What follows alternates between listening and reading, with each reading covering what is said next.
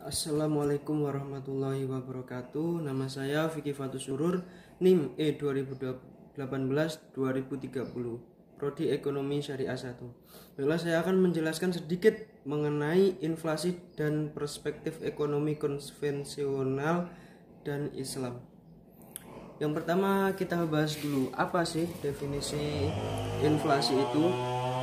Inflasi adalah kecenderungan naiknya harga secara umum dan terus-menerus dalam waktu dan tempat tertentu. Yang selanjutnya yaitu apa saja macam-macam inflasi. Macam-macam inflasi itu ada 3. Yang pertama kita lihat dari berdasarkan sifatnya atau laju inflasi. Yang kedua berdasarkan penyebab dari inflasi. Yang ketiga berdasarkan asal dari inflasi. Yang pertama yaitu berdasarkan sifatnya. Berdasarkan sifatnya ini dibagi menjadi 3. Yang pertama inflasi merayap atau creeping inflation. Inflasi ini di bawah 10% setahun. Yang kedua inflasi menengah atau galloping inflation antara 10% sampai 30% setahun. Yang ketiga inflasi tinggi atau hyperinflation di atas 10% 100% setahun. Yang kedua, macam-macam inflasi berdasarkan penyebab dari inflasi, yaitu ada 2. Yang pertama, inflasi permintaan. Apa itu inflasi permintaan? Yaitu inflasi ini ditimbulkan karena permintaan masyarakat akan berbagai macam barang terlalu kuat. Yang kedua, inflasi penawaran. Inflasi ini terjadi karena kenaikan biaya produksi atau berkurangnya penawaran agregat. Yang ketiga, macam-macam inflasi berdasarkan asal dari inflasi, yaitu ada 2, yaitu inflasi yang berasal dari dalam negeri dan inflasi yang berasal dari luar negeri. Yang selanjutnya yaitu sebab-sebab inflasi. Apa sih sebab inflasi? Yaitu sebab-sebab inflasi yang ada 3 sebab. Yang pertama inflasi permintaan atau demand pull inflation.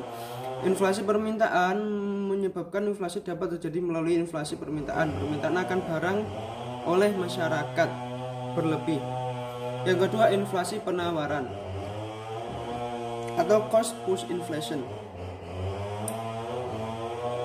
Inflasi ini disebabkan oleh terjadinya penurunan penawaran total agregat supply sebagai akibat dari kenaikan biaya produksi. Yang ketiga inflasi campuran atau mixed inflation, yaitu inflasi yang mengandung unsur demand pull dan cost push. Inflasi ini sering disebut mixed inflation. Yang selanjutnya yaitu pembagian inflasi dalam ekonomi Islam. Yang pertama natural inflation.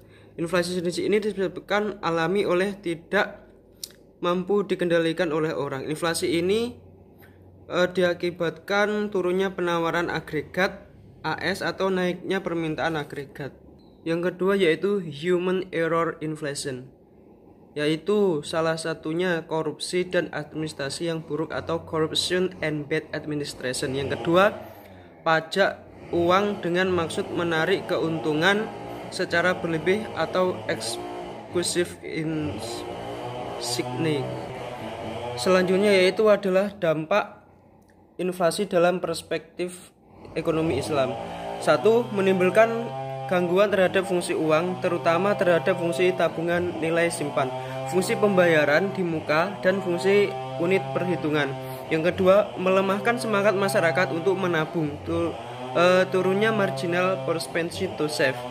Yang keempat, yang ketiga, meningkatkan kecenderungan belanja, terutama untuk barang-barang yang mewah, barang-barang non primer. Yang keempat, mengarahkan investasi pada hal-hal tidak produktif seperti menemukan kekayaan berupa tanah, bangunan, logam mulia, dan mata uang asing, serta mengorbankan investasi produksi seperti pertanian, industri, perdagangan, dan transportasi.